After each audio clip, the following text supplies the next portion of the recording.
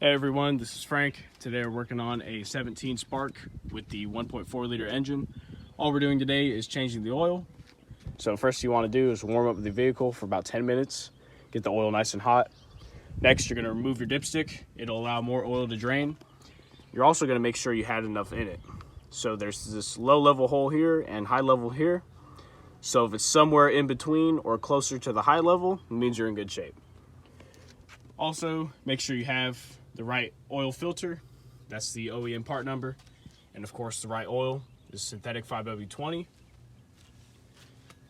This is a tool for the oil filter removal. And you'll need a 15mm socket or wrench to remove the drain plug.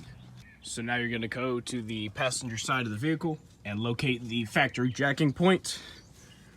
So you can see there's this metal ridge right here where my finger is. This whole bar from the front to here, all the way to the back really, is the jacking point. So you want to jack it about where that cut is, right here. Or you can jack on the center frame rail, which is right next to the catalytic converter. It is right there. That's the center frame rail. It'll give you a good amount of stability, but whichever one you do, just make sure you have a jack stand below. All right, so now we got the car elevated. We're gonna take the catch pan, slide it underneath, and remove the drain plug, which is right there. Again, it's a 15mm.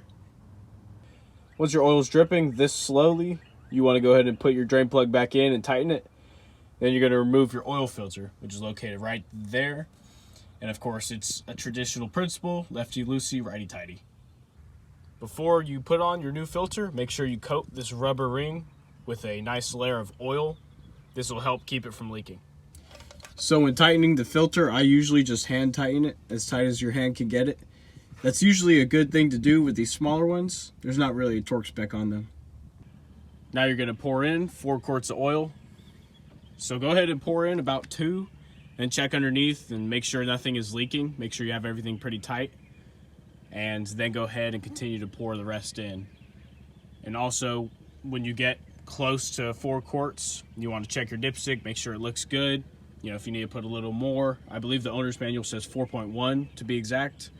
So I say do that process and it'll be the easiest way to go. First thing we're going to do is actually reset the oil life. So you press the menu button and select the oil percentage, and then the set clear, you press and hold that. And once it beeps, it'll go to 100 and your oil life is reset.